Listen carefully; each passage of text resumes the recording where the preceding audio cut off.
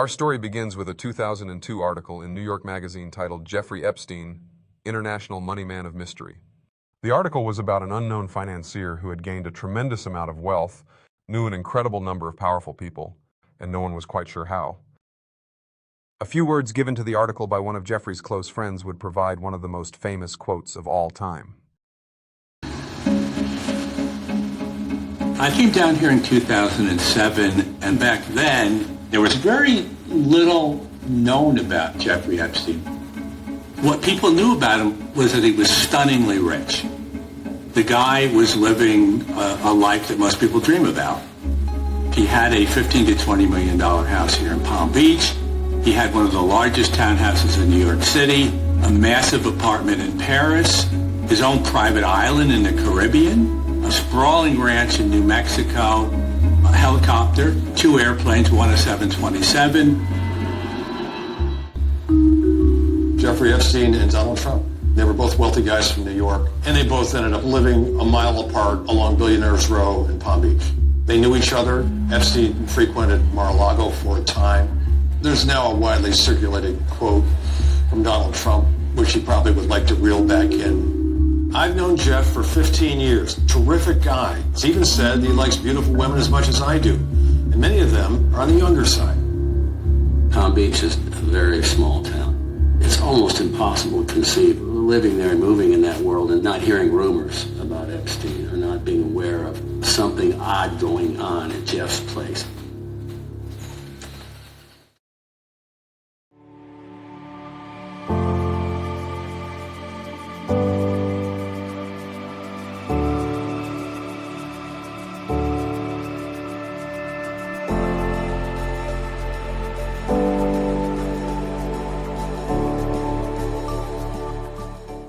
Bradley Edwards was a lawyer who represented many of Jeffrey Epstein's victims. In 2011, Edwards issued a subpoena to Donald Trump. Edwards wasn't looking to convict Trump. He knew they were friends and wanted only to gain any additional information that he could for his case against Jeffrey Epstein. Edwards had to justify the subpoena for the courts in a document called an undisputed statement of facts.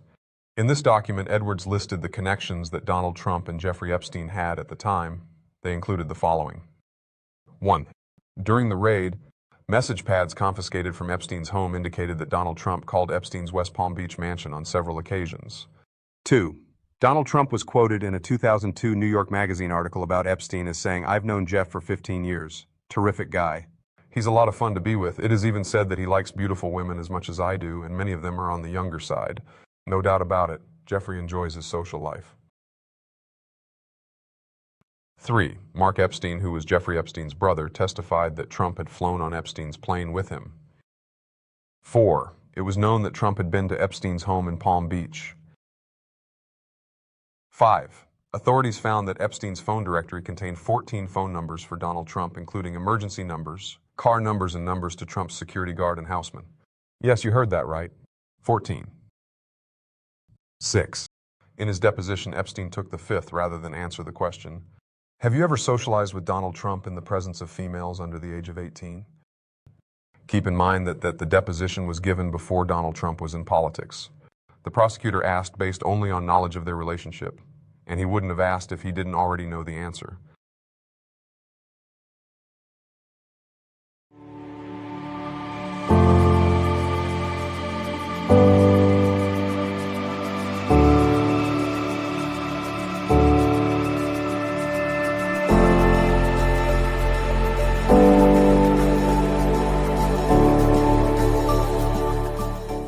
We learned about several of Donald Trump's connections to Jeffrey Epstein through attorney Brad Edwards' undisputed statement of facts.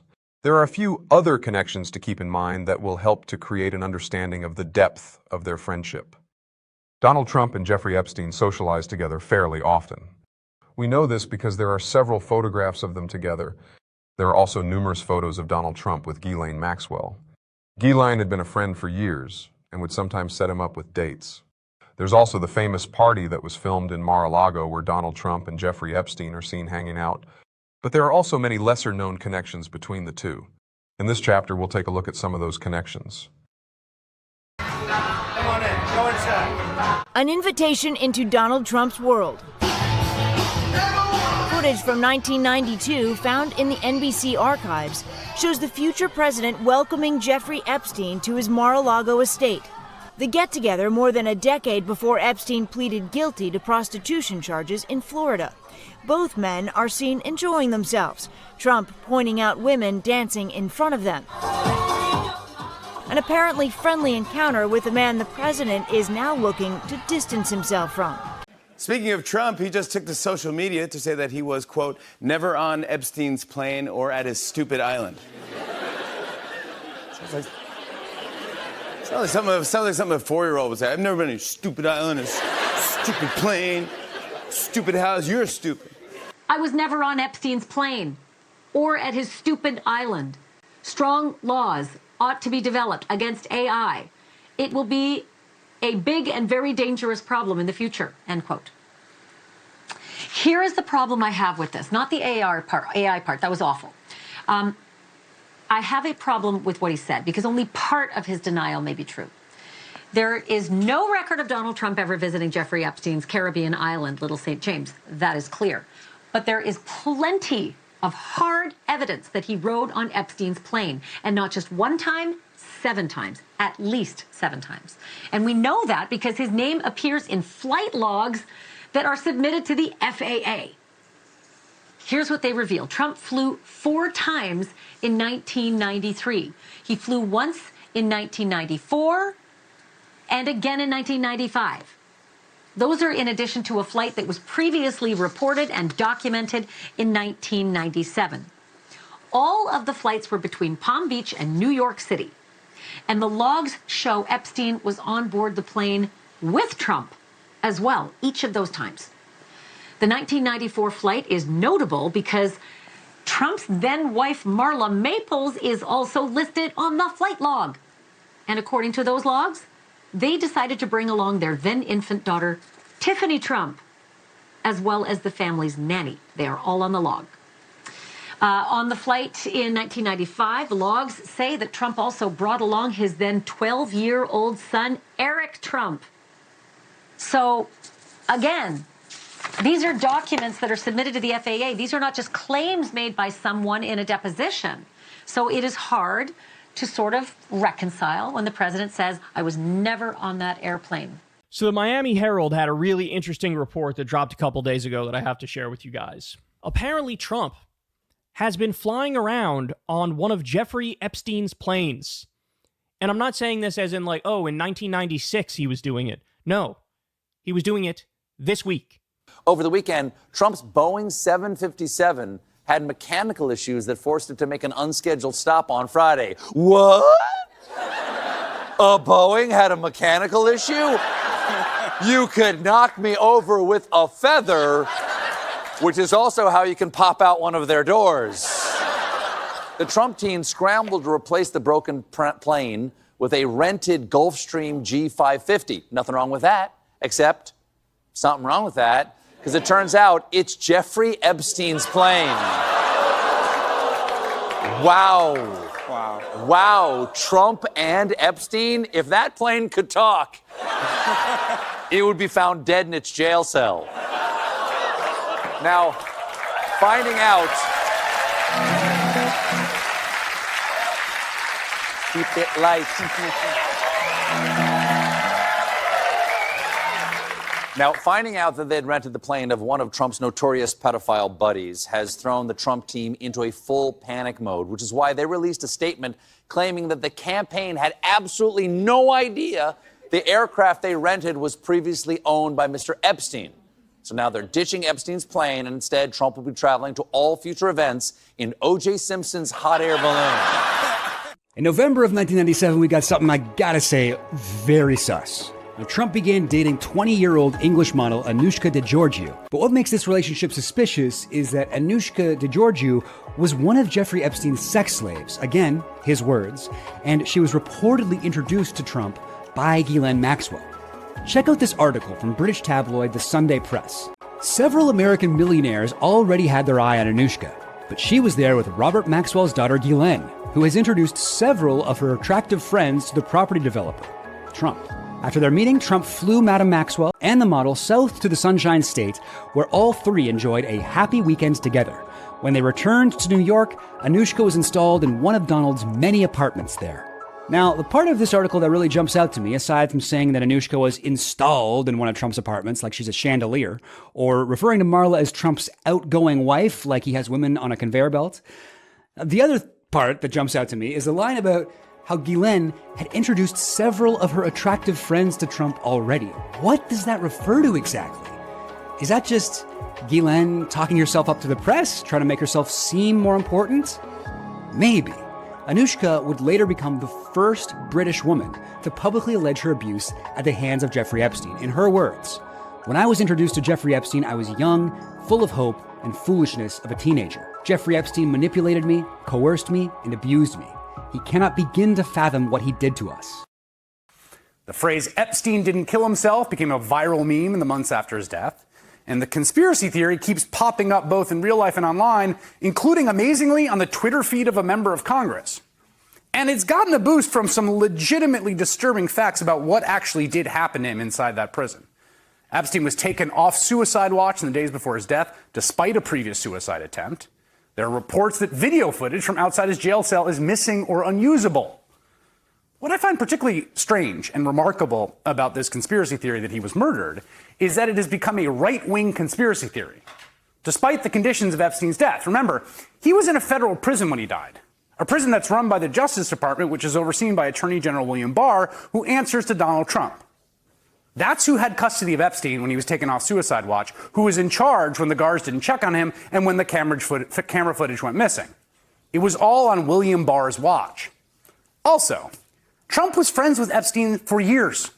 The two men repeatedly partying together in the presence of young women. Trump even told New York Magazine back in 2002 that Epstein was, and I quote him here, "a lot of fun to be with. It is even said he likes beautiful women as much as I do, and many of them are on the younger side." So if you've got questions about Jeffrey Epstein's death, those questions should really go to William Barr, who worked for Donald Trump. And then, amid all of this, who does Donald Trump pick as his defense lawyers in his impeachment trial? Alan Dershowitz and Kenneth Starr. These two famous attorneys represented Epstein more than a decade ago and helped him get a sweetheart deal. My fellow Americans, I would like to address reports alleging that I was friends with billionaire convicted sexual predator Jeffrey Epstein and attended his infamous parties. Sure, I told New York Magazine in 2002 that Epstein is a terrific guy. But that was before I found out that I said later in the same sentence that he likes beautiful women on the younger side. I knew I had to cut off our relationship right then and several years after there. According to a report from the New York Times, in 1992, Donald Trump held a party that featured just himself and Jeffrey Epstein as the host, and the attendees were only 28 young girls. That, of course, is according to a man by the name of George Harane, who ran American Dream Enterprise, and he claimed in an interview that he organized the event after a request from Donald Trump. And again, this event was in 1992, before any of the criminal charges against Epstein. That doesn't excuse it.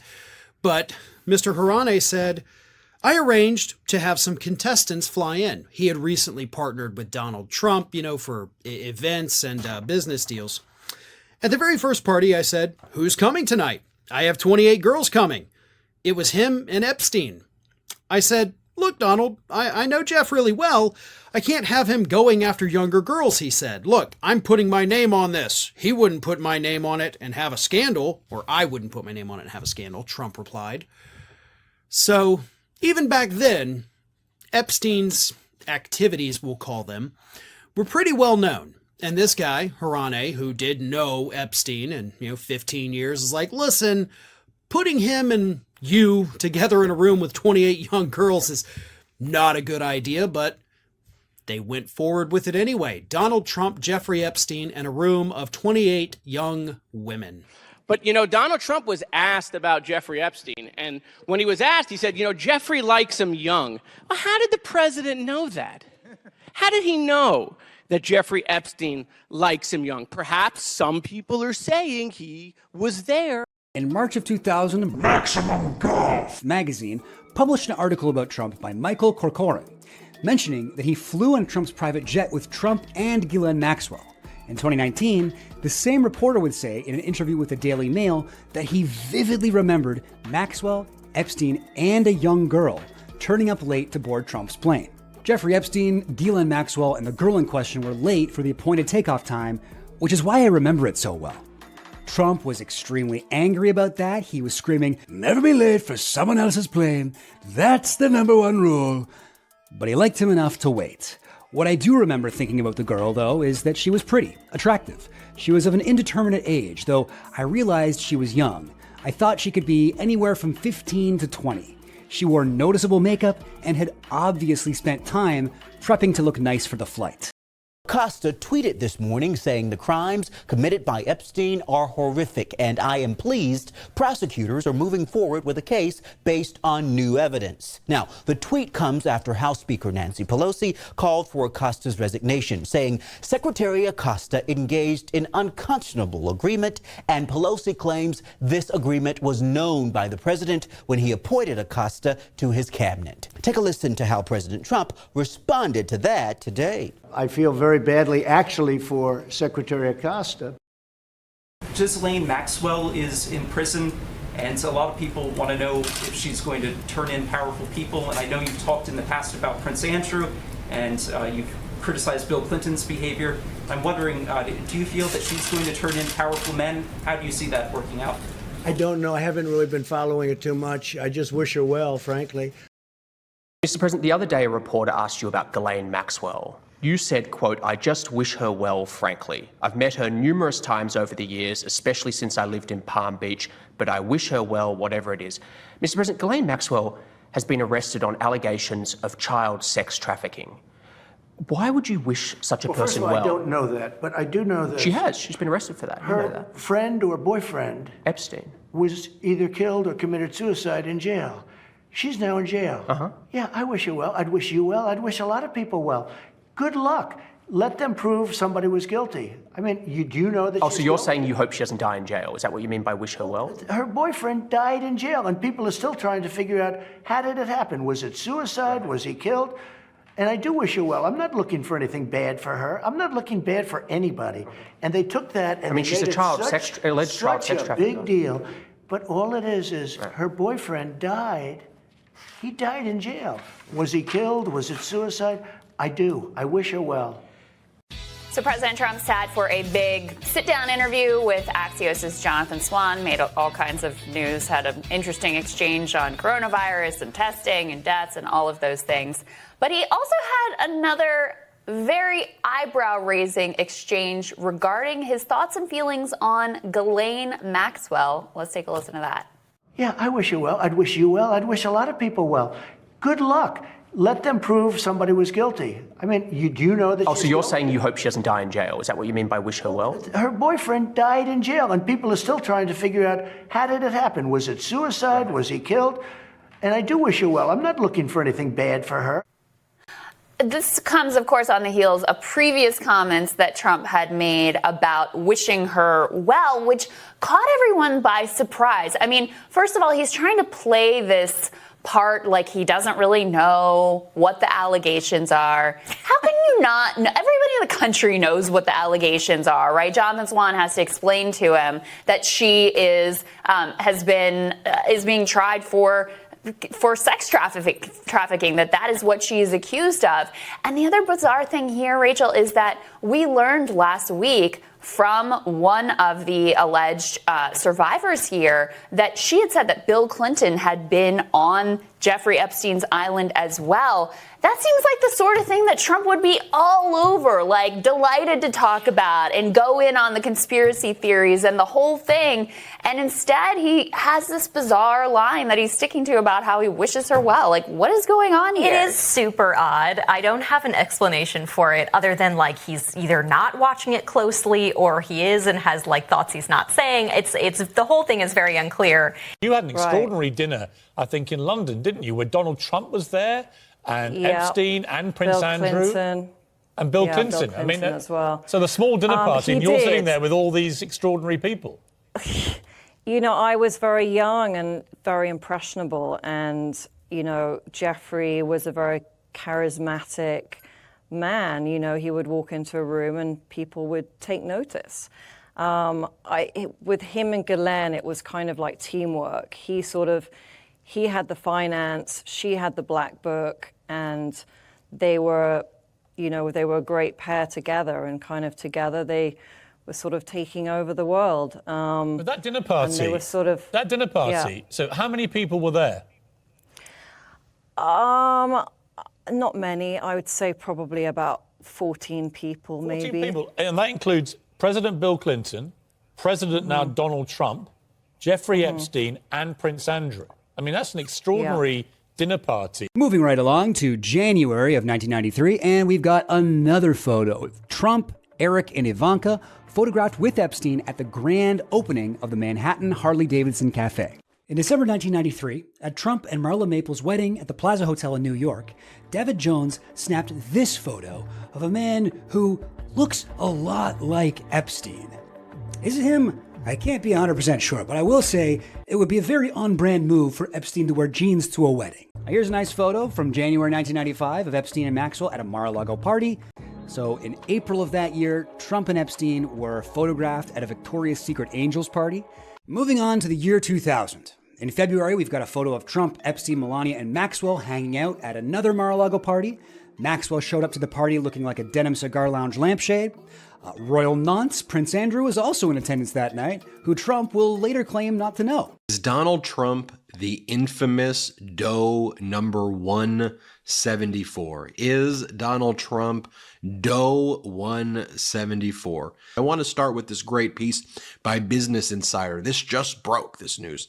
It sure looks like Donald Trump was disguised as Doe 174 in the newly unsealed Jeffrey Epstein documents, it says. A federal judge unsealed the names of nearly 200 Does, and it appears that Donald Trump may be Doe 174. And it may also be the case that Donald Trump's lawyers were trying to secretly fight behind the scenes from having his name released, according to this investigative report. None of Jeffrey Epstein's many clients have ever been charged with a sex crime. The only two people connected to the child sex trafficking ring to be criminally charged were the two people running it, Jeffrey Epstein and Ghislaine Maxwell. It is well known that Donald Trump was friends with both of them. There has only ever been 4 civil lawsuits launched by rape victims against Epstein's clients. They are Donald Trump and 3 friends of his. Virginia Giuffre sued Prince Andrew and settled out of court. Donald Trump has stated several times that he doesn't know Prince Andrew. There are multiple photos of them together, including a party at Mar-a-Lago. Virginia also sued Trump's friend and impeachment lawyer Alan Dershowitz, describing in great detail on her sworn deposition about their multiple sexual encounters. 6 in all. She eventually dropped that lawsuit after Dershowitz filed a counterclaim. And finally, multi-billionaire Leon Black is currently being sued by an autistic victim of Epstein. The plaintiff, who is now in her late 30s, was born with mosaic Down syndrome and has a developmental age of around 12. Her description of Black's cruelty towards her is spine-chilling. Her lawsuit describes how Leon Black used sex toys on her so violently that it left her bleeding and begging Epstein and Maxwell to help her, which they refused to do. The woman's name is being withheld and is currently in the courts. Leon Black and Donald Trump were business associates who once traveled to Russia together in an effort to seek out new partnerships.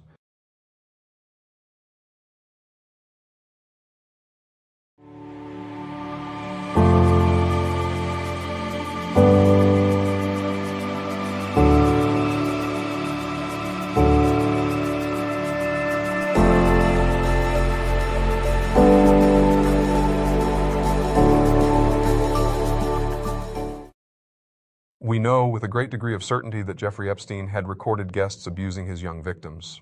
Epstein likely used these videos as leverage for a blackmail operation. Here are the main pieces of evidence that point to this conclusion. 1. When authorities first raided Epstein's estate, it was noted that surveillance equipment had been set up, but all the servers had been removed. There were also no tapes. This leads to the belief that Epstein had been tipped off about the raid. 7 months into the case, detectives executed the search warrant at Mr. Epstein's residence. They opened the doors and went up the winding staircase into his ornate and bizarre world. Pictures of young kids, half naked, nudes everywhere. One of the police officers who saw it said that it was just really weird. Detectives also discovered a very bizarre steam room and massage room set up. They actually found some computers and equipment remain in the house, but police suspected most of Epstein's computer hard drives, surveillance cameras, and videos had already been taken out of the house. There was space on a desk where wires were hanging, but there was no computer. At that point, it was fairly clear to us that Mr. Epstein knew that he was under investigation. Epstein had been tipped off. 2. Ghislaine Maxwell told a 60 Minutes producer before the 2016 election that there were tapes, but she would never release them to benefit one side. Very interesting new notes. Former 60 Minutes producer Ira Rosen, he's written a new book with some new tell-all. So this is what we got over from the Daily Mail. Let's put this up there on the screen. So according to Ira Rosen, again, this is according to Ira Rosen, who is a former 60 Minutes producer, he was told by Ghislaine Maxwell that Jeffrey Epstein did have tapes of Donald Trump and the Clintons, but she was tricked after she was tricked, but that she refused to help locate them because she wanted Hillary to win. It is interesting to me, though, how these things get zero attention, zero coverage whatsoever. Yeah, no one really buried. talks about it at all. Yeah, it just disappears into the ether, even as you have, relatively credible people who were in a position to at least speak to Ghislaine Maxwell, putting out this information in a new book. 3. In an interview, Jeffrey Epstein's brother Mark revealed that Jeffrey told him before the 2016 election that if he released what he had on Trump and Clinton, they would have to cancel the election. Do you believe, obviously Jeffrey, your brother, had relationships, friendships with many, many of the most rich, famous, powerful people in the world. Do you believe that, let's take this theory to a conclusion here. Do you think that one of those people who may have had a vested interest in shutting him up and not talking about what he knew about them potentially may have played a part in his death? Yes, that's what I think happened. And then you have to question, out of the rich and powerful people he knew, who would have the ability to pull something like this off? That's another question. Who would have the ability to plant somebody in there, if that's the way it was done? Who would have the ability to have the Justice Department come up with this, pardon the language, this bullshit report? In the Justice Department report, it just says that it was declared dead by the pathologist. But that's not true. It was declared undetermined by the pathologist that did the actual report. With us now, Jeffrey Epstein's brother, Mark. Nice to talk to you, sir. We appreciate the time. There are so many unanswered questions here. If you and your suspicions are correct that something else other than suicide happened to your brother, there was a reason for it. And I'm wondering, we know so much or so little, whatever you want to say, about his death. What's being covered up about his life, and who would want him dead and why? Well, he had dirt on people. He told me, it's been out there that in 2016, he said he had dirt on the then presidential candidates. 4. Epstein victim Sarah Ransoam stated that she had heard about the tapes from other victims. She initially stated that she had actually seen the tapes, but then retracted that statement, noting that she had just heard about them. She alleges that surveillance cameras were hidden throughout his various properties. There are videos that exist. The people that know they exist, I'm sure, are very frightened of them being released. So how do you know then that Epstein had cameras on the island? It's no secret that everything was recorded. Multiple victims have come forward confirming my account, along with others. 5. James B. Stewart is a reporter with the New York Times. This is an excerpt from his August 2018 interview with Jeffrey Epstein. On August 16, 2018, I visited Jeffrey Epstein at his cavernous Manhattan mansion. The overriding impression I took away from our roughly 90-minute conversation was that Mr. Epstein knew an astonishing number of rich, famous, and powerful people and had photos to prove it. He also claimed to know a great deal about these people, some of it potentially damaging or embarrassing, including details about their supposed sexual proclivities and recreational drug use. And lastly, Maria Farmer was a resident artist and part-time property manager for Jeffrey Epstein. She talks in this interview about being given a tour by Epstein of the upstairs area of the mansion. This is the area where all of his surveillance equipment was set up, peeking in on every room in the house, including the bathrooms. One day I said to Jeffrey, "What goes on in this house? Like, why are you always upstairs?" And he said, "I'll show you." And so he took me up there in the elevator, and we went, he showed me all of Ghislaine's quarters. She had her own suite in the house. Oh, she had a whole floor. Ultimately, Farmer says, Epstein led her to his bathroom.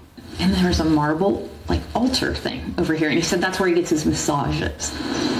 Epstein told her the whole house was wired with pinhole cameras and took her into the media room where they were monitored. I looked on the cameras, and I saw toilet, toilet, bed, bed, toilet, bed. I'm like, I am never going to use the restroom here, and I'm never going to sleep here.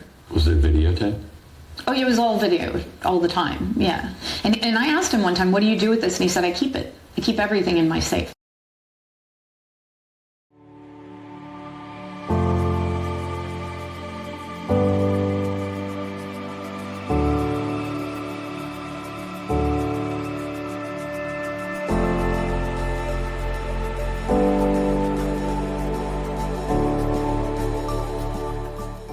A victim using the pseudonym Jane Doe testified at the Ghislaine Maxwell trial. Jane was one of the first victims that Epstein and Maxwell had groomed. Jane suffered unimaginable physical and psychological trauma at the hands of her abusers. During the trial, she testified under oath about the time that Jeffrey Epstein took her to meet Donald Trump when she was 14 years old. Neither in court, or previously when she gave her sworn deposition, did the defense attorney or the prosecutor ask her what happened next. It seems like an obvious question when a witness testifies that when she was a 14-year-old sex slave, her 50-year-old handler took her to visit his 50-year-old friend. Why she wasn't asked will remain a mystery. During one of my encounters with Jeffrey Epstein, he took me to Mar-a-Lago, where he introduced me to its owner, Donald Trump. I was 14 years old at the time. Jeffrey Epstein elbowed Mr. Trump playfully, asking him, referring to me, "This is a good one, right?" Mr. Trump smiled and nodded in agreement. They both chuckled, and I felt uncomfortable. I was too young at the time to understand why. All right, now to stunning new developments in the trial of Ghislaine Maxwell, a woman identified only by the pseudonym Jane. She says disgraced financier Jeffrey Epstein took her to meet Donald Trump in the 1990s when she was just 14. Jane testified that both Ghislaine and Jeffrey Epstein sexually abused her when at the age of 14. We're now on cross-examination, and there are a couple of headlines here. One, during cross-examination, the defense attorney asked her whether she said Jeffrey Epstein introduced her to Donald Trump. She said yes.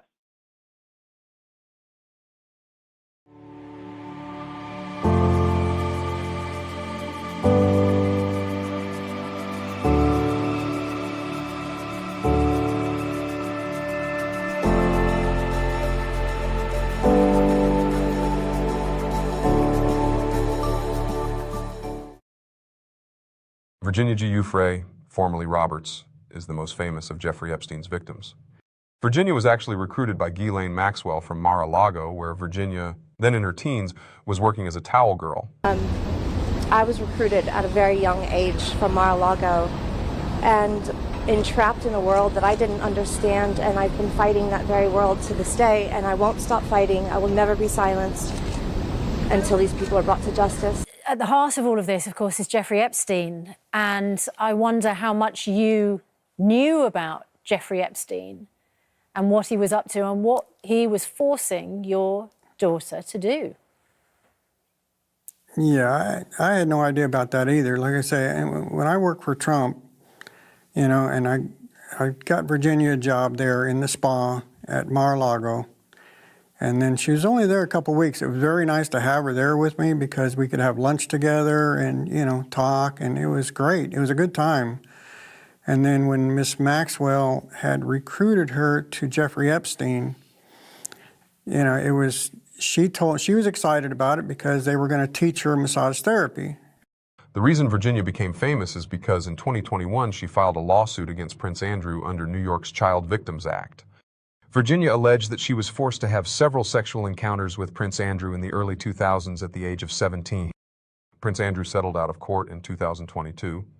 Virginia's deposition was released to the public as part of the Epstein documents dump. In her sworn deposition, it was noted by defenders of Donald Trump that when asked whether she had ever seen Donald Trump at any Epstein properties participating in sex acts with minors, she stated the following. I don't think Donald Trump participated in anything. That would have to be another assumption. I never saw or witnessed Donald Trump participate in those acts. But was he in the house of Jeffrey Epstein? I've heard he has been. But I haven't seen it myself, so I don't know. When this statement went public, the Trump supporters went wild and posted throughout social media how President Trump had been exonerated. The truth was that Virginia was only one of what is estimated to be hundreds of victims. Her never seeing Donald Trump at an Epstein property doesn't really mean anything. However, the one short sentence that Trump defenders focus away from is what she said after she supposedly exonerated him. I've heard he has been. It's a pretty hard statement to miss. I've heard he has been. So, to summarize, Virginia never saw Donald Trump, but she swore under oath in a deposition that other victims had seen him.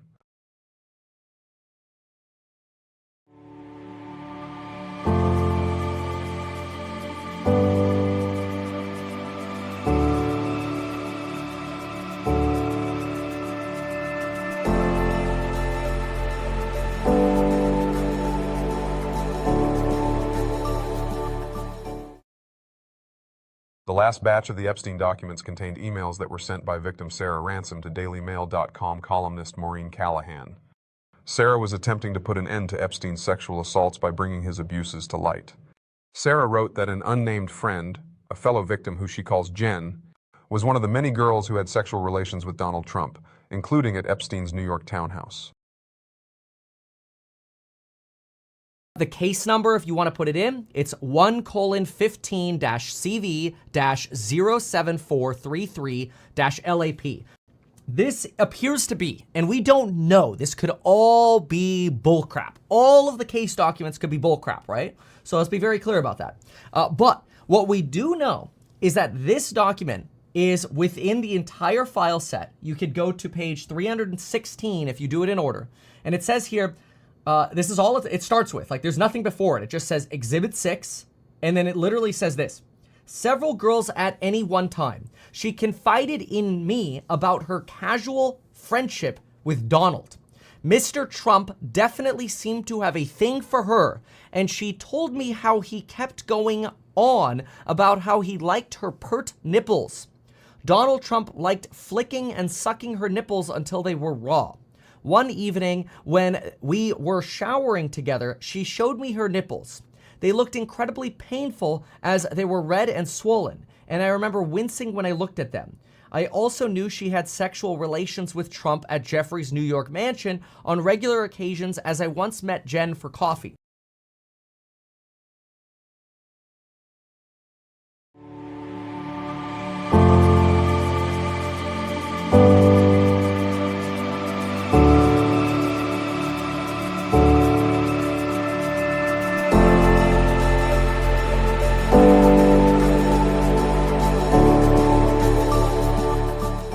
Maria Farmer had a complicated relationship with Jeffrey Epstein and Ghislaine Maxwell.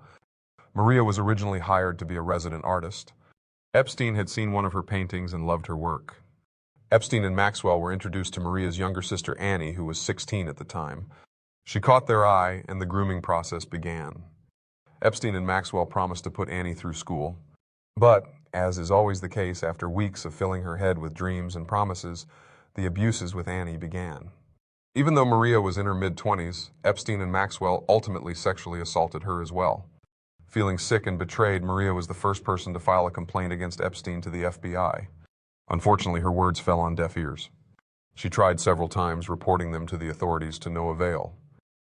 So, this FBI agent, who sounds like he just walked off a television series, Nesbitt. Yes.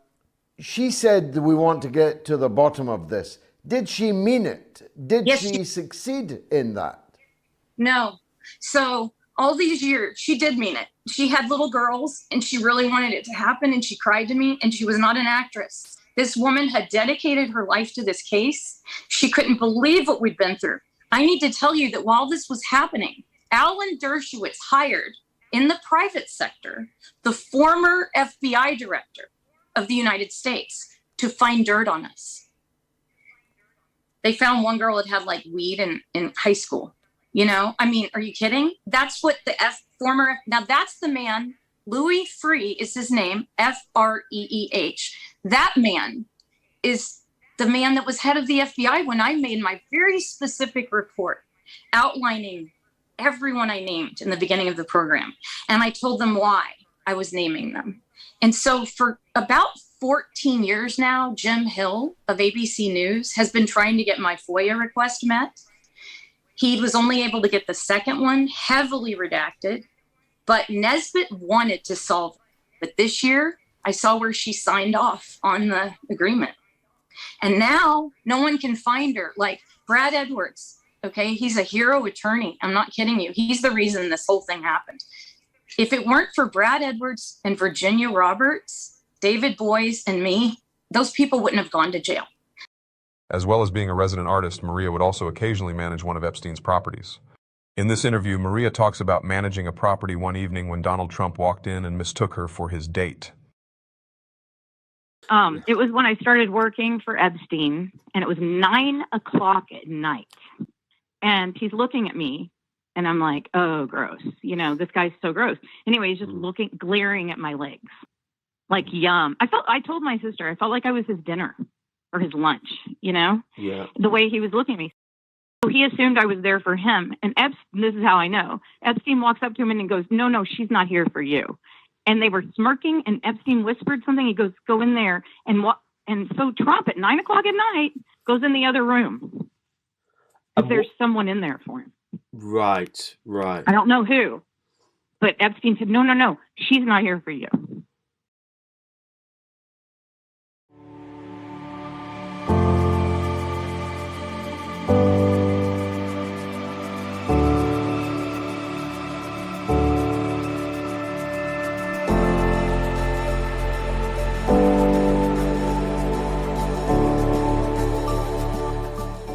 Let's talk about Donald Trump and rape, because it's Monday and seems like a good topic. We've been telling you about the Jane Doe who filed 3 federal complaints about Donald Trump, against Donald Trump, for alleged child rape in connection with a party that she attended involving not only Donald Trump, but also Jeffrey Epstein. And this allegedly happened back in 1994. The alleged victim was 13 years old at the time. And we have not learned that much about the victim until now. We now know that the accuser is Katie Johnson. The most recent federal filing includes 3 affidavits, one from Katie Johnson herself, previously known to us as Jane Doe, plus 2 more, an eyewitness named Tiffany Doe and also a Joan Doe, a classmate of Johnson's back from 1994. Now, Johnson's story has been the same this entire time throughout all of these court proceedings. She recalled being approached by Tiffany, who allegedly worked for Jeffrey Epstein at the time. Tiffany invited Katie Johnson, who was then an aspiring model, to an event in Epstein's home to get to know people and maybe get a modeling job. And throughout the summer of 1994, the lawsuit alleges that Johnson endured, quote, savage sexual attacks by both Donald Trump and Jeffrey Epstein. Katie Johnson is the only Epstein victim who officially filed a lawsuit against Donald Trump. She alleges that Donald Trump sexually assaulted her and raped her on 4 different occasions. These rapes occurred in 1994 when she was 13 years old. Katie's original lawsuit, filed in California, was thrown out by the judge. She had filed a civil rights suit but failed to actually state an applicable civil rights claim. Katie filed a second lawsuit in New York with 2 highly credible lawyers guiding her, Thomas Mager and Lisa Bloom. Katie withdrew her second claim after a hacker hacked into Lisa Bloom's server and Katie's personal details were found out. Up until that point, Katie was simply known as Jane Doe. After that, the death threats came pouring in, including a bomb threat. And the day that Katie was scheduled to live stream her press conference to the world, she panicked and walked away for good. Jane Doe has received numerous threats today, as have all the Trump accusers that I have represented. She is living in fear. She has decided that she is too afraid to show her face. She's been here all day, ready to do it, but unfortunately, she's in terrible fear. Katie gives a vivid and horrifying description in her sworn affidavit of the 4 encounters she had with Donald Trump. None of Katie's allegations have ever been debunked, nor has she ever retracted any of her statements. The only reason that she didn't follow through with her lawsuit was because of the barrage of death threats that she faced by Trump supporters. In 2016, Katie gave an interview to the British tabloid, the Daily Mail. She gave graphic details of her encounters that are all confirmed in her affidavit. The Daily Mail also confirmed her story with a witness to all the encounters, Tiffany Doe, an Epstein recruiter and coach who witnessed all of the encounters. We learned from Katie and Tiffany's testimony that Jeffrey Epstein provided coaches for his clients with girls like Katie who were virgins and didn't know how to pleasure a man. The coach would sit in on the session and guide the victim according to the client's instructions. For normal-minded people, it is impossible to process this kind of depravity. But both the victim and her witness have sworn in an affidavit to the validity of these encounters, under the threat of perjury for making a false statement. During our first encounter, Mr. Trump didn't really talk to me at all. He spoke at me, but he was talking to Tiffany more, telling her what he wanted me to do. I thought he felt like he was too good to even speak to me. Tiffany told me what I needed to do. Anything he did say to me wasn't that great. Like, you need some work. I was 13. I didn't know what I was doing. Mr. Trump said very little to me during that first encounter other than I reminded him of his daughter. After I finished the sex act, he made a comment that I wasn't great, before putting on his pants.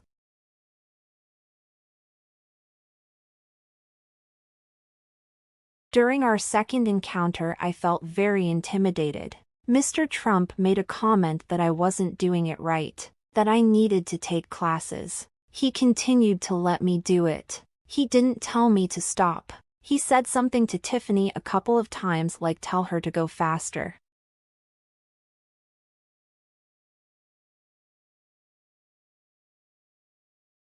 For the third encounter, Mr. Trump had another girl and I dress as maids and pretend to clean the room. The other girl, Maria, was 12 years old. I felt she was going through the same thing as me, in that she was being forced to be there somehow.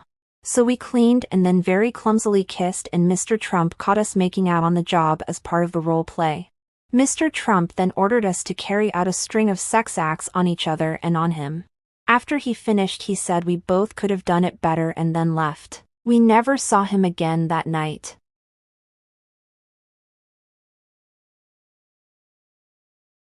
Tiffany phoned me and told me my next encounter would be another role play. When I arrived, she told me what it was. I'm like freaking out. So you want to tie me to a bed and play out a rape scene with a man? She told me that's what Mr. Trump wanted. I made sure that Tiffany stayed in the room. Mr. Trump had agreed reluctantly to allow her. He was pretty rough with me. I was already tied to the bed. He pushed me around and tore off my clothes and then attempted to rape me. I started crying and I asked him to stop, and I asked Tiffany to come over, but he kept on going. Tiffany tried to intervene, but she was pushed away. Mr. Trump said, "What did you think this was gonna be?" He was very abrasive and I just started crying and I screamed and said, "Please don't." And he slapped me and told me to shut up, and then he ripped my panties off. After he finished, he got up and started putting on his clothes. He was disgusted by the fact I was crying.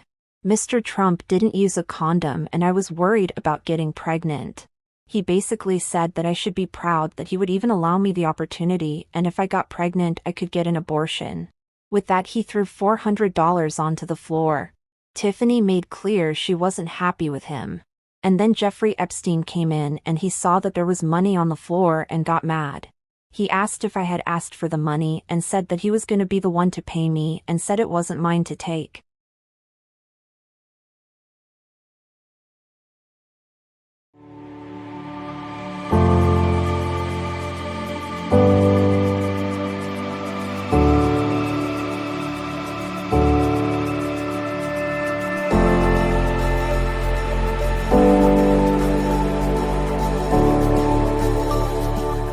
Hideous death threats are a common weapon used by sexual predators.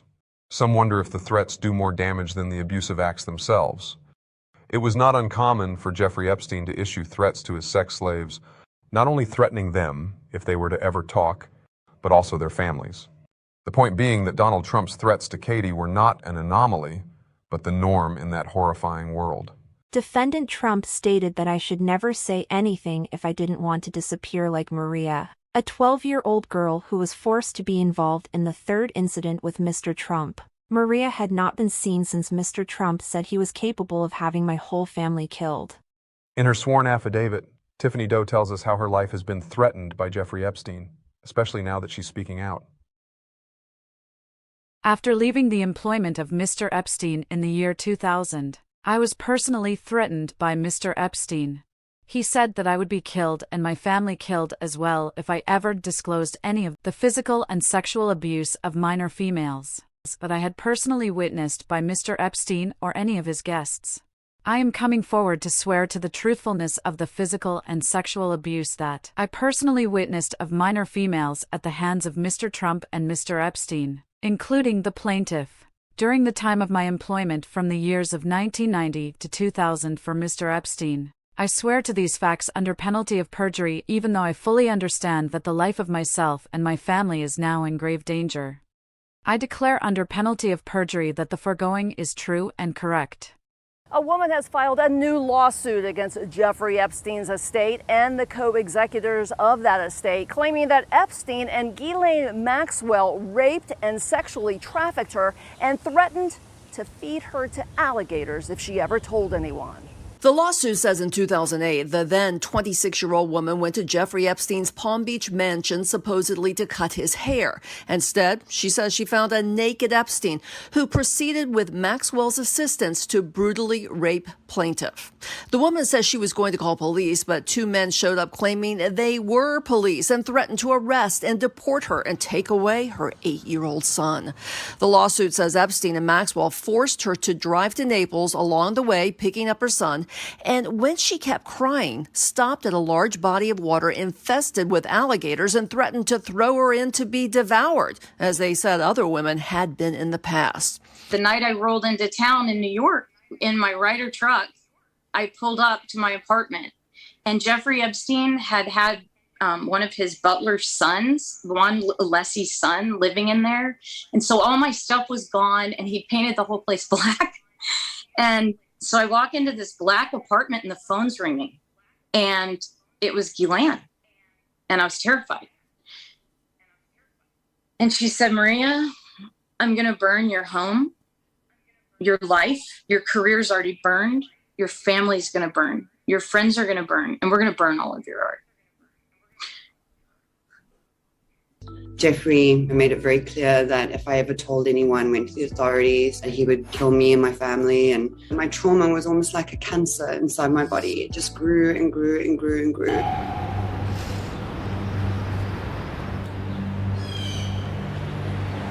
It's crazy how people just walk by like it's any other building. No one notices. It's ironic that he had so many security cameras, as if he was going to be hurt or threatened by someone, when he was the monster. It was everyone else that needed to be protected.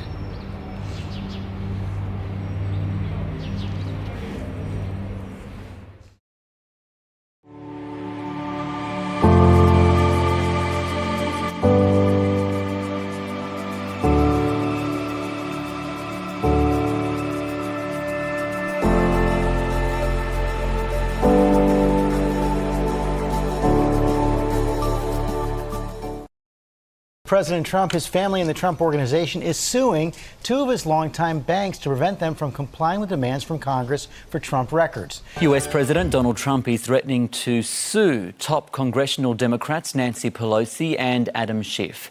Former President Donald Trump is now countersuing writer E. Jean Carroll for defamation. Former President Donald Trump has sent a formal notice to CNN threatening to sue the network for defamation if it doesn't abide by his requests. Today, in conjunction with the America First Policy Institute, I'm filing as the lead class representative a major class action lawsuit against the big tech giants, including Facebook, Google, and Twitter. This is amazing. Trump is threatening to sue Fox News for running a Lincoln Project ad. Donald Trump is taking on George Stephanopoulos. The former president has filed a defamation lawsuit against the ABC host. Former President Donald Trump filed a lawsuit this week against Hillary Clinton, the Democratic National Committee, and numerous top Democratic officials.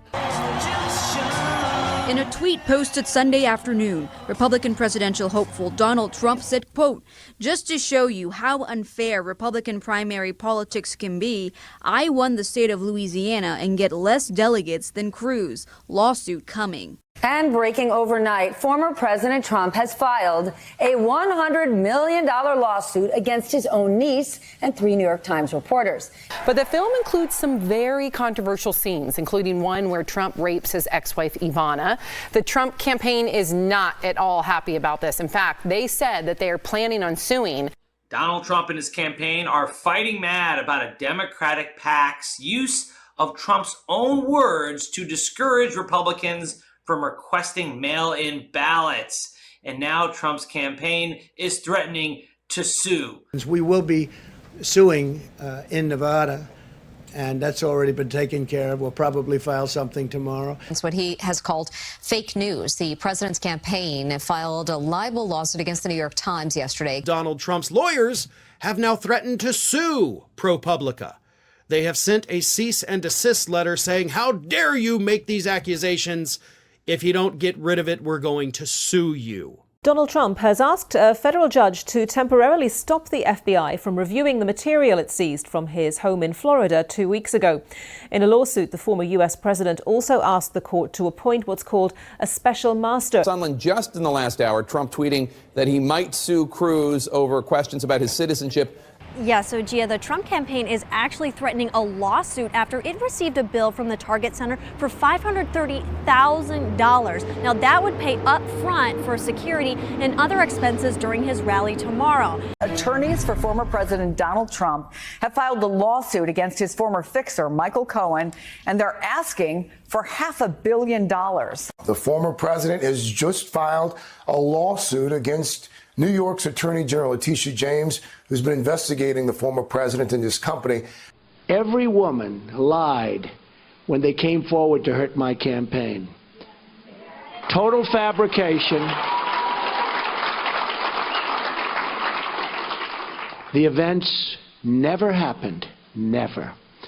All of these liars will be sued after the election is over. This is Donald Trump threatening to sue the women who are accusing him of sexual misconduct. Let's take a list here. You get 11 women. Look at this list. 11 women that have come forward since the tape of Trump making those lewd comments first surfaced. And these alleged assaults, some of them taking place more than 3 decades ago. The first one allegedly happening on a plane in 1980, and the last one we know of allegedly happening during a Miss Universe pageant in 2013. Most of the accusations are similar: groping, kissing, this kind of thing. The lawsuit has been Donald Trump's favorite intimidation tool for decades. He uses it to hammer his enemies and opponents into submission. But for all the hundreds of lawsuits he's launched in his career, there are 2 very interesting omissions. This person. During our first encounter, Mr. Trump didn't really talk to me at all. He spoke at me, but he was talking to Tiffany Moore, telling her what he wanted me to do. I thought he felt like he was too good to even speak to me. Tiffany told me what I needed to do. Anything he did say to me wasn't that great. Like, you need some work. I was 13. I didn't know what I was doing. Mr. Trump said very little to me during that first encounter other than I reminded him of his daughter. After I finished the sex act, he made a comment that I wasn't great, before putting on his pants. And this person. I personally witnessed the occasion where Mr. Trump forced 13-year-old Katie Johnson and a 12-year-old female named Maria to perform oral sex on him, and witnessed his physical abuse of both minors when they finished the act. It is extremely puzzling why a man who uses lawsuits as a weapon to gain the advantage over all perceived enemies would allow 2 women to accuse him of the worst thing that a man could possibly be accused of: the rape of a child. The fact that Donald Trump never threatened to sue Katie Johnson or Tiffany Doe is highly suspicious. And there is something he did do that creates even more suspicion and leads one to believe that he knows that Katie's allegations are true. You're about to hear from the reporter who obtained that secretly recorded audio. And then there was Ronan Farrow. Ronan was definitely underestimated by pretty much everybody, I believe. A reporter and witness to a cultural shift that would define an era. Thousands joining marches and rallies. It was a movement that swept the country. Demonstrating against harassment of women, demanding equality and change. From the nation's capital to the red carpets of Hollywood. Why do you think you were able to get so many women to trust you? I was fortunate to come at this story in a cultural moment where brave sources were starting to come forward and chip away at the dam, and where people were saying enough. More than 80 women, according to the New York Times, coming forward publicly with accusations against arguably the most powerful man in Hollywood, Harvey Weinstein. I thought he was a warthog from hell. I thought he was the single most ugly person I'd ever seen in my life. I was able to tell this story because people were brave as hell, and they are still being brave as hell and refusing to shut up. Ronan Farrow is a brilliant investigative journalist whose courage and superhuman persistence revealed to the world that Harvey Weinstein was a hideous monster. Because Weinstein was an incredibly powerful man, mainstream media attempted to crush Ronan's story.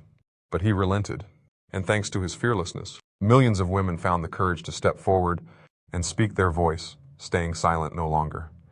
Ronan Farrow claims in his book Catch and Kill, Lies, Spies, and a Conspiracy to Protect Predators that AMI CEO David Pecker was in close contact with Donald Trump when the Katie Johnson rape allegations were made public in a 2016 lawsuit.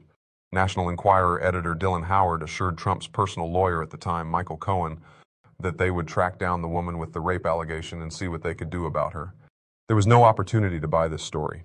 David Pecker, a longtime friend of Trump's, only found out about the lawsuit after it was filed. Dylan Howard tried to use his influence to convince Katie's lawyer, Lisa Bloom, to drop her client. Lisa Bloom refused to consider any kind of payoff to buy her silence. Bloom told Newsweek magazine that she was representing Katie Johnson for free and strongly believed her allegations. So here's what we know. Donald Trump threatened to sue all of his accusers. He also talked directly about many of them, in most cases saying that he never even met them or that they were too ugly to sexually assault. But he never mentioned Katie Johnson. We also know that he never attempted to bury any of the 24 sexual assault allegations with the aid of his friend David Pecker at the National Enquirer. Jessica Leeds, Jill Harth, Karen Johnson, and Kristen Anderson all claimed in their allegations that Donald Trump attempted to fondle their genitals. Those are catastrophic revelations to come to light for a presidential candidate. E. Jean Carroll accused Donald Trump of rape, and his strategy was to publicly mock her. We have to ask ourselves why Donald Trump didn't get his friend David Pecker to bury any of these stories. There was only one story that he asked him to bury, and that was Katie Johnson's.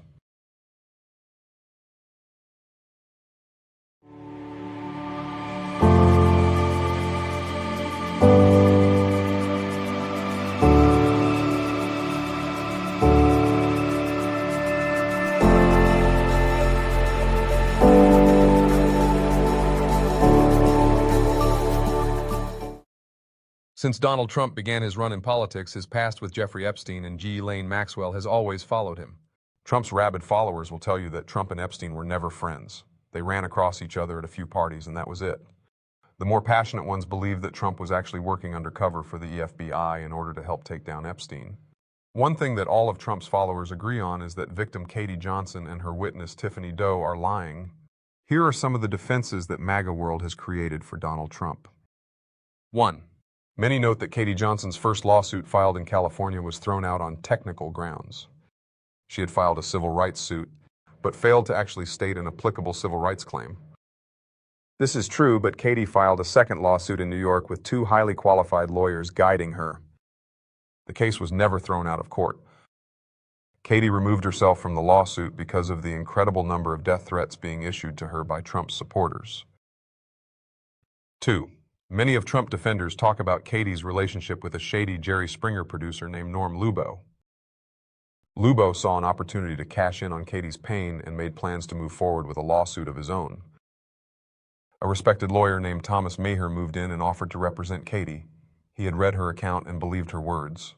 Megger made it clear that Katie's former association with Norm Lubow should not taint her allegations in any way. He firmly believed in her. Renowned lawyer Lisa Bloom also joined the team. Lisa was representing several other Epstein victims at the time. Some Trump supporters actually believe that Katie Johnson is a fictitious character created by Norm Lubow. 3. Victim's lawyer Brad Edwards exonerated Trump. In an interview during the Trump presidency, victim's lawyer Bradley Edwards was interviewed by a right-wing podcaster. The video of this interview went somewhat viral in MAGA world. Edwards recounted how Donald Trump was the only person to comply with a subpoena and was very helpful. The only thing that I can say about President Trump is that he is the only person who, in 2009, when I served a lot of subpoenas on a lot of people, or at least gave notice to some pretty connected people that I wanted to talk to them, he is the only person who picked up the phone and said, "Let's just talk. I'll give you as much time as you want. I'll tell you what you need to know," and was very helpful in the information that he gave, and gave no indication whatsoever that he was involved in anything untoward whatsoever, but had good information that checked out and that helped us, and that we didn't have to take a deposition of him. That was in 2009? That was in 2009. MAGA somehow translates this conversation into Trump being innocent of any abuses with Epstein's victims. And gave no indication whatsoever that he was involved. Think about that statement for a moment. And gave no indication whatsoever that he was involved. Mr. Trump gave no indication whatsoever that he was involved. So according to his supporters, Donald Trump is innocent because he didn't confess to Bradley Edwards during their phone call that he had sex with minors. 4. Trump defenders say that the statements by Katie Johnson have all been debunked. There is no truth to this. Katie's words were stated under oath and she has never retracted them. The only reason that Katie withdrew from her lawsuit was because of the barrage of death threats she was being subjected to. Just before her scheduled press conference, a hacker had hacked into Lisa Bloom's server and issued a warning that the press conference would not be taking place. Up until that point, there were a massive number of death threats and even a bomb threat. The hacker claimed to be the famous hacker Anonymous, but shortly after the real Anonymous posted from Twitter that it wasn't them. 5. Trump supporters will tell you that Katie Johnson admitted she was lying about being raped by Donald Trump. This belief comes from a headline posted by the British right-wing tabloid The Daily Mail. Exclusive. Troubled woman with a history of drug use who claims she was assaulted by Donald Trump at a Jeffrey Epstein sex party at age 13. Made it all up. There is a very interesting history behind this headline. Only 3 days earlier, Katie had given an interview with The Daily Mail. The Daily Mail is the most right-wing tabloid in the United Kingdom, and it's obvious from the headline that the intent of the article was to discredit Katie's allegations before the 2016 election. The problem was that the interview turned out to be a bombshell. Katie's graphic description of what Trump and Epstein did to her is sickening and heart-wrenching. The Daily Mail also interviewed Katie's witness, former Epstein recruiter Tiffany Doe. Tiffany confirmed to the Daily Mail that everything Katie stated in her interview was true. After the interview was posted, someone from Team Trump was clearly not pleased. Only 3 days after Katie's bombshell interview was published, the Daily Mail posted their completely false headline. If you read the article, you'll find out that Katie never retracts her statements. The Daily Mail knew that the headline itself would do enough damage and soften the impact of her previous interview. The actual content of the article was irrelevant. 6. Many Trump supporters say that the reason they know Trump never abused Katie is because as soon as he found out what Epstein was up to, he parted ways with him. This is a nonsensical defense with no basis in reality. It totally goes against Trump's own words about hanging out with Jeffrey Epstein for 15 years and that Jeff was a terrific guy that liked his women on the younger side. 7. Another popular defense of Donald Trump is that he banned Jeffrey Epstein from Mar-a-Lago when he found out that Epstein was hitting on a member's daughter. Trump knows how to grab attention and other things, but now one best-selling crime writer is also turning heads with a new book that reveals the Mar-a-Lago owner actually kicked out South Florida financier Jeffrey Epstein. The incident allegedly took place at Mar-a-Lago back in 1999. One chapter in the book, Filthy Rich, details how Epstein was a regular at the club, but that all ended when a member's young daughter complained to her wealthy father. While relaxing at Mar-a-Lago, she had been approached and invited out to Epstein's house. The girl said that she had gone and that Epstein had tried to get her to undress. The girl's father had gone directly to Trump, who in no uncertain terms told Epstein that he was barred from Mar-a-Lago. There are several variations to this story. There is evidence that Trump did kick Epstein out. It has been more widely reported that their split was over a dispute with a Florida real estate deal. Both Epstein and Trump were bidding on a mansion, and it became very ugly. Apparently they had a falling out over a mansion. I was reading a story about it. Over like when he sold him, or? No, they were both trying to buy some super exclusive property that was like the crown jewel of Palm Beach.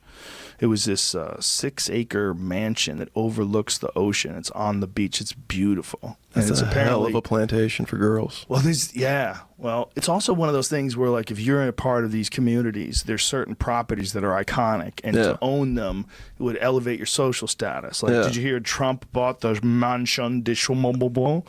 So, like, okay, it had like some a name. elite shit. Yeah. It had like a name to it. The place is off the charts. If you see it on TV, like, you get a sense. That's not it. What is this? I thought that was It's a cane. It's a Apparently, cane. he's known to having a famous walking stick. I thought you were showing Epstein and Trump. He did have the cane.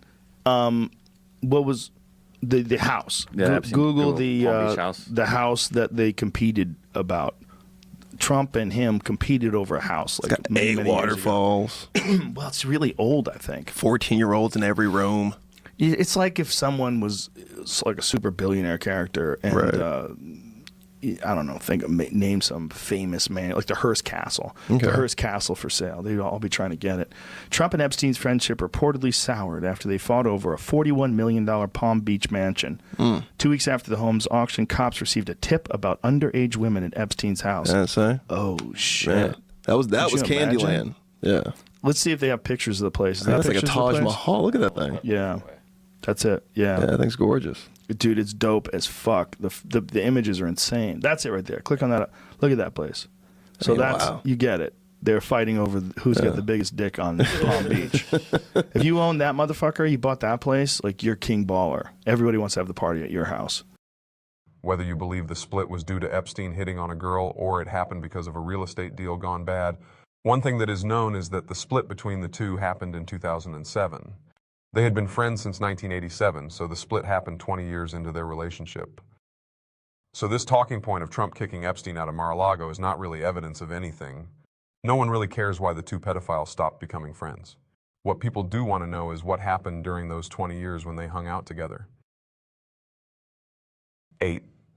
Katie Johnson and Tiffany Doe are lying on their sworn affidavit. Many of his supporters defend Donald Trump by saying that Katie Johnson was lying on her sworn affidavit. There's no evidence to prove this, of course. They just blindly state it and move on. There are 2 facts to consider about this baseless claim. 1, if either of her lawyers suspect that Katie is lying, they have a legal obligation to withdraw.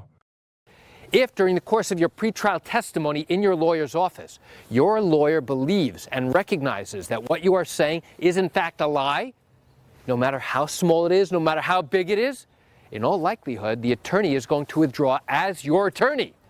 Now, why would he do that? It's because your lawyer has an ethical obligation not to put on proof, not to put on testimony that he knows to be a lie, that he knows to be inaccurate. That is suborning perjury, where now you know that a witness has testified falsely. You can't put that witness up at trial. You cannot have that witness testify, because if you do, now you are going ahead and knowingly putting a witness on the stand who's going to be testifying about something that is false and inaccurate. And doing that, the attorney can get in a lot of trouble. The attorney can be sanctioned. The attorney can be fined. There's a possibility the attorney could lose his license to practice law. 2, if any of her statements are found to be false, she could face jail time. So what's the real repercussion here? The real repercussion for lying is that you could have thrown your entire case out the window because the jury no longer believes you. That's the first repercussion. What's the second? Let's say you lied about your income and you lied about your tax returns. Now you raise the possibility, I say possibility, that the judge is going to refer your matter and your lying to the district attorney in the county in which your case is pending. In that instance, now, you run the risk of being investigated and prosecuted for lying under oath during the course of your trial.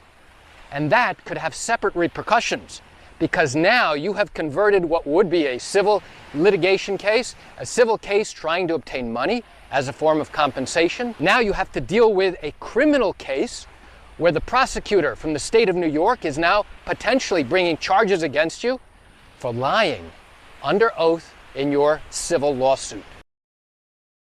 Neither Katie or Tiffany have any incentive to lie and risk going to jail. The only people who lie under oath are usually those who face a greater risk by telling the truth. 9. Donald Trump would never rape a child. He's leading the fight against child sex trafficking. Donald Trump is the new Moses. In 2023, the movie Sound of Freedom was released. It dove deep into the horrifying world of child sex trafficking and brought it into the spotlight. The star of the movie was actor Jim Caviezel, who had played Jesus in Mel Gibson's Passion of the Christ. Right-wing influencers pushed the movie with tremendous force. It was declared that anyone who didn't go see the movie must be a pedophile. Something that organically took place during the frenzy of this movie's release was the crowning of a new champion to end child sex trafficking. This new Moses was none other than Donald Trump. We have to do a lot more, and we got to start with Donald Trump. What do you mean? Well, he's got to be in there because he's going to go after the traffickers. Do you think he would? Do you think he understands that? We were with him last night. Oh, I didn't know that. Yes. Yeah. Oh, so he's going to be moved to do this, do something. I didn't know that. Oh, he wasn't. He's going last night. This is the new Moses. I mean, I'm still Jesus, but he's the new Moses. Pharaoh, let my children go free. All right. Our country will not rest until we have put these vile organizations out of business and rescued every last victim. And we will not stop until we have stamped out the menace of human trafficking once and for all. Crowning Donald Trump as the new champion to end child sex trafficking is like crowning Hannibal Lecter as the new champion to end cannibalism. To understand the profound hypocrisy of this disturbing alliance, we'll take a short visit into Trump's past, beyond his relationship with Jeffrey Epstein. Before the turn of the century, having sex with minors was just kind of a thing that rich and powerful men did. In the music world, it was just assumed at some point that your favorite rock star had sex with a minor. It just wasn't shunned upon like it is now. Artists like the Rolling Stones and Ted Nugent wrote songs about having sex with underage girls and no one batted an eye. And when it came to rock stars raping minors, there were none more famous than Elvis Presley. When Elvis Presley first took to the stage in the mid-1950s, conservative America had a heart attack. But his young fans, particularly his young female fans, couldn't get enough of the soon-to-be king of rock and roll. Many of those admirers are now distinguished elders, and while they continue to adore Elvis, they're also revealing some long-held secrets. It seems the king actually dated quite a few of them when they were young teenagers. While we've always known that Elvis fell in love with 14-year-old Priscilla Bayou, what has been hidden until now was his infatuation with young girls. It was well known in the 80s and 90s that Donald Trump hosted parties featuring underage girls looking to hook up with powerful men. It wasn't really a big deal back then. It's just kind of what he did. Trump hosted several parties with his pedophile friend John Casablancas. Casablancas was a fashion icon who ran the elite model agency. Several women accused Casablancas of abusing them when they were minors. He famously groomed his third wife, Aline Wermelinger, from the age of 15 and married her when she turned 17. He and Donald Trump would occasionally co-host parties with young girls. Some of the attendees have talked about their experience. The contestants were encouraged to parade downstairs, one by one, and dance for Trump, Casablancas, and others. We were all underage, but we were offered drinks. I went home early, but other children stayed. Donald Trump also hosted legendary parties at the Plaza Hotel in the 80s and 90s in New York City. These parties were full of young models looking to connect with older, powerful men. Andy Lucchese was a friend of Trump's who was a male model and would recruit young girls for the Plaza Hotel parties. Lucchese told the Daily Beast Trump would never partake of the cocaine, but more than often indulged in sex. A lot of girls 14 look 24. That's as juicy as I can get. When Donald Trump owned several beauty pageants, one of the perks was being able to walk into the dressing room of the contestants and see half-dressed or naked teens. He bragged about doing this to Howard Stern. Is that I'll go backstage before a show. Yes. And everyone's getting dressed and ready and everything else. And, no men are anywhere. And I'm allowed to go in because I'm the owner of the pageant, and therefore I'm inspecting it. I'm inspecting. I want to make sure that like everything is doctor. good. You're there. Yeah, the dress. Is everyone okay? They're standing there with no clothes. Is everybody okay? And you see these incredible-looking women. And so I sort of get away with it. BuzzFeed News is reporting Trump walked into the dressing room of female contestants who were changing for the 1997 Miss Teen USA beauty pageant. 4 women who have anonymously come forward say the room was filled with teens as young as 15. To have the owner come waltzing in when we're naked or half naked in a very physically vulnerable position, and then to have the pressure of the the people that work for him telling us to go fawn all over him, go walk up to him, talk to him, get his attention. So we were at Trump Towers doing the media tour in New York City, and so he lined all 51 of us up, and I thought it was going to be, hi, how are you, nice to meet you, that type of kind of meet and greet thing. It was not. It was him going down and one by one looking us over like we were pieces of meat, and he was trying to decide which, piece of meat he wanted. And I was hoping, that would be the end, that I wouldn't have to deal with him anymore. And so then on finals night, when I'm sitting in hair and makeup, getting ready in just my robe, and he comes walking backstage, and I'm so startled, like, what are you doing back here? We're a bunch of women getting ready for a beauty pageant that we've been working towards, Miss Right, you bring a USA. robe with nothing under it. Exactly. Like, why are you back here? And then I saw him walk into the dressing room, just like he has bragged about on Howard Stern, and the audio is out there for anybody and everybody to hear. He brags about this. It's not that I'm accusing him. I'm simply verifying what he himself has said. Donald Trump also had this now famous exchange with a preteen girl in a shopping mall. In the wake of questions and allegations about Donald Trump's behavior towards women, ET discovered this footage in our archive, which we provided to CBS News. Soon. Thursday night. You're going up the escalator? I'm going to be dating her in 10 years. Can you believe it?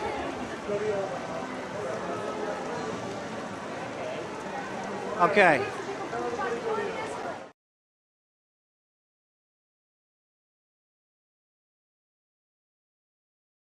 Before we end this segment, let's check in on the new Moses to see what he's up to.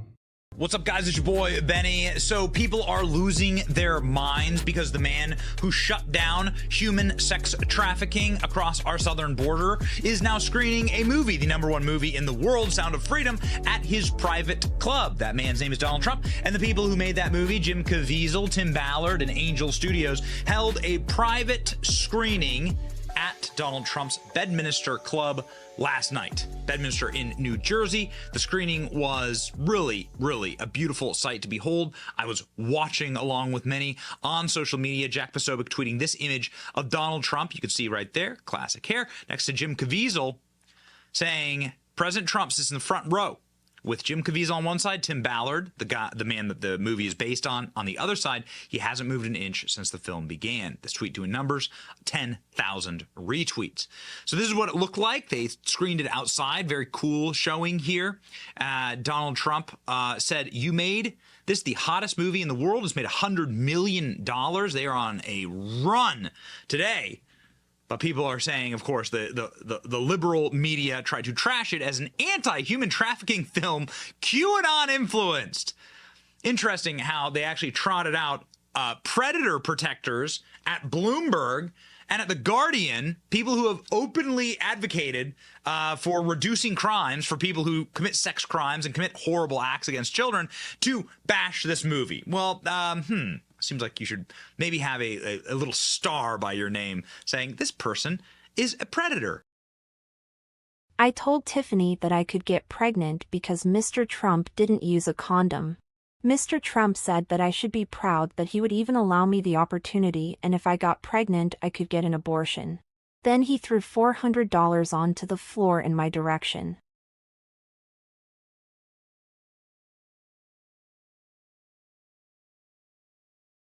10. Donald Trump never went to Epstein's island. There is a popular belief that most, if not all, of Epstein's abuses occurred on his island.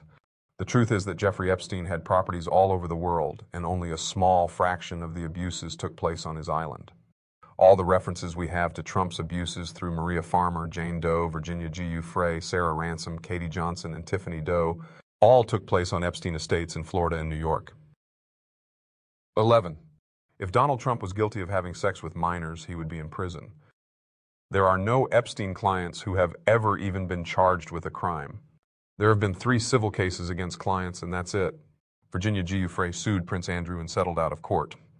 She also sued Alan Dershowitz after giving vivid descriptions of their sessions in her deposition. After Alan Dershowitz countersued her, Virginia withdrew her lawsuit, stating that she may have made a mistake of who the man was she had sex with 6 times.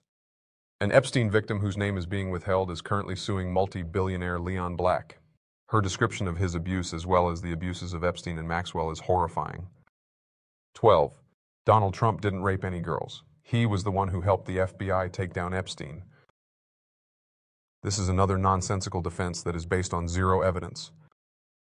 Most Trump supporters who actually believe this are probably referring to the subpoena Trump was issued by victim's lawyer Brad Edwards.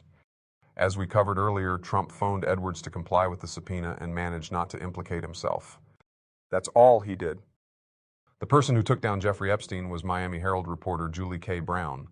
Julie was appalled when she read about the sweetheart deal Epstein had received in Florida. She channeled her outrage and wrote an investigative series on Epstein that won her a Pulitzer Prize. It also led to the resignation of Alex Acosta, the Trump administration's Secretary of Labor, who had overseen Epstein's sweetheart deal that even allowed him to work from home. Before Julie's reporting, no one had ever heard of Jeffrey Epstein except his victims and his clients. 13. Katie Johnson doesn't exist. The most outrageous defense of Donald Trump is that Katie Johnson never existed. The fact that Katie Johnson filed a sworn affidavit is seen in photos with her lawyer Lisa Bloom, had a lengthy interview with the Daily Mail, has a witness who swore under oath to the abuses Katie has described, and even made her own YouTube video talking about her abuses, is irrelevant to these people. And finally, 14. Donald Trump is a white hat operative who helped to take down Jeffrey Epstein. Now we are calling for a great reawakening of nations. I intend to address some of the very serious threats before us today, but also the enormous potential waiting to be unleashed. We live in a time of extraordinary opportunity.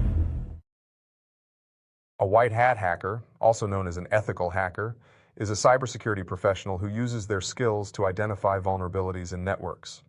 There is a group of people who I'll call QAnon-leaning that believe Donald Trump was a white hat operative who pretended to be a pedophile in order to hack into Jeffrey Epstein's inner circle to help take him down. I wish I was kidding. You can see some of the many tweets referring to this undercover operation. Donald Trump will occasionally wear a white MAGA hat at his rallies.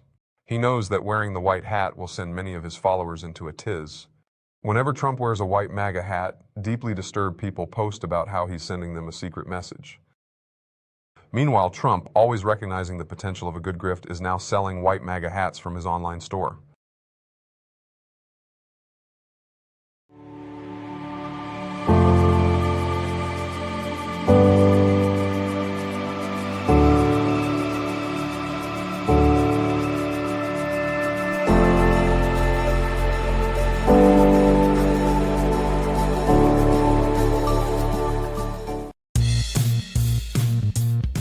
Tell number 5.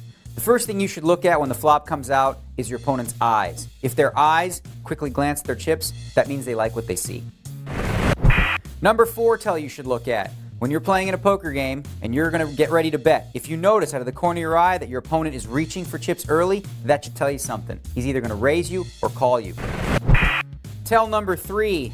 When a guy splashes his chips really aggressively and puts his whole arm out like that, that's a sign that he's trying to scare you. What does that mean? He doesn't have a really good hand. He's probably bluffing.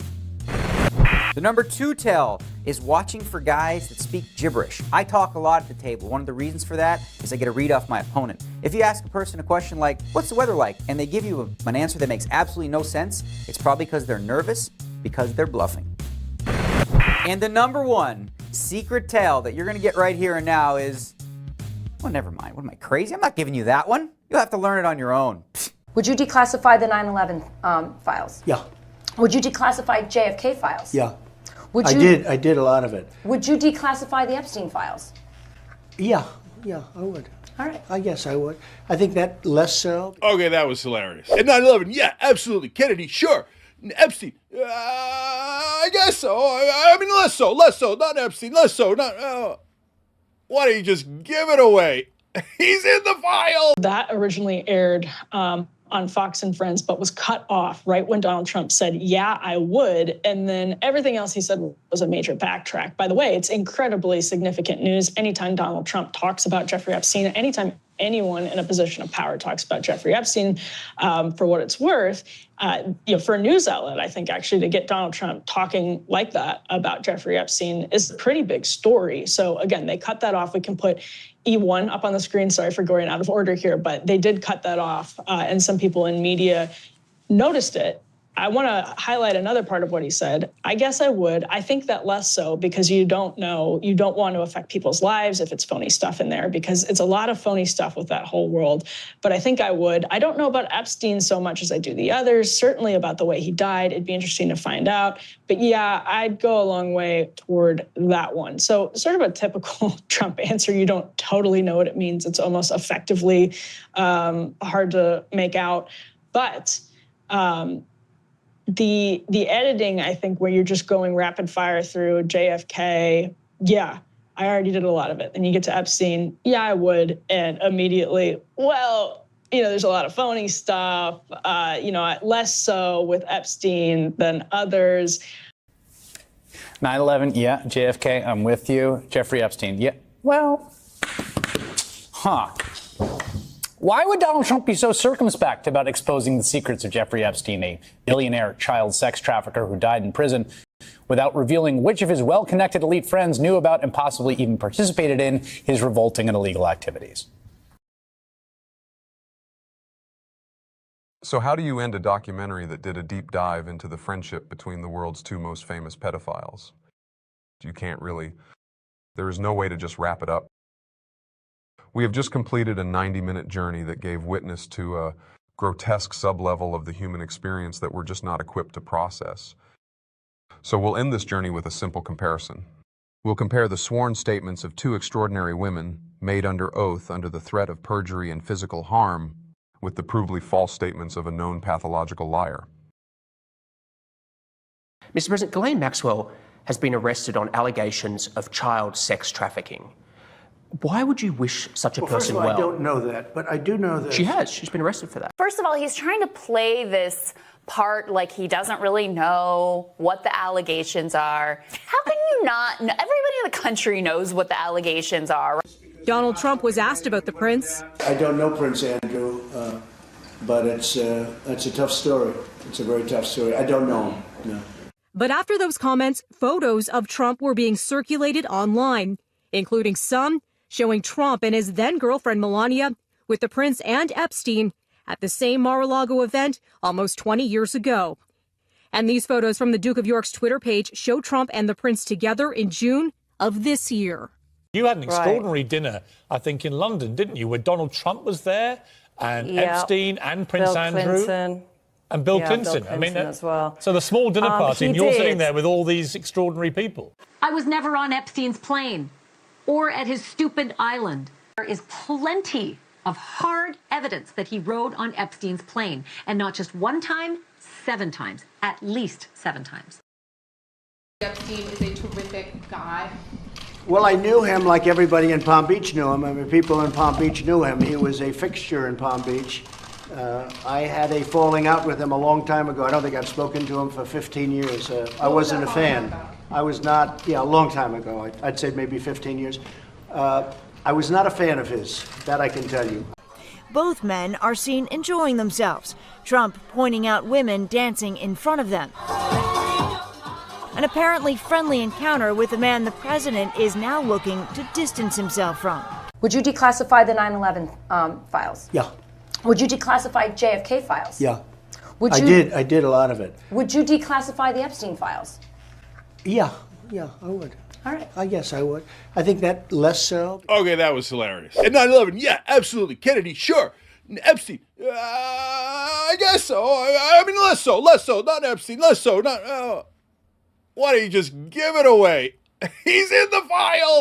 I personally witnessed Mr. Trump physically threaten the life of the plaintiff. If she ever revealed any details of the physical and sexual abuse suffered by her at the hands of Mr. Trump, I swear to these facts under penalty of perjury, even though I fully understand that the life of myself and my family is now in grave danger. I declare under penalty of perjury that the foregoing is true and correct. Immediately following this rape, Defendant Trump threatened me that, were I ever to reveal any of the details of Defendant Trump's sexual and physical abuse of me, my family and I would be physically harmed if not killed. I declare under penalty of perjury that the foregoing is true and correct.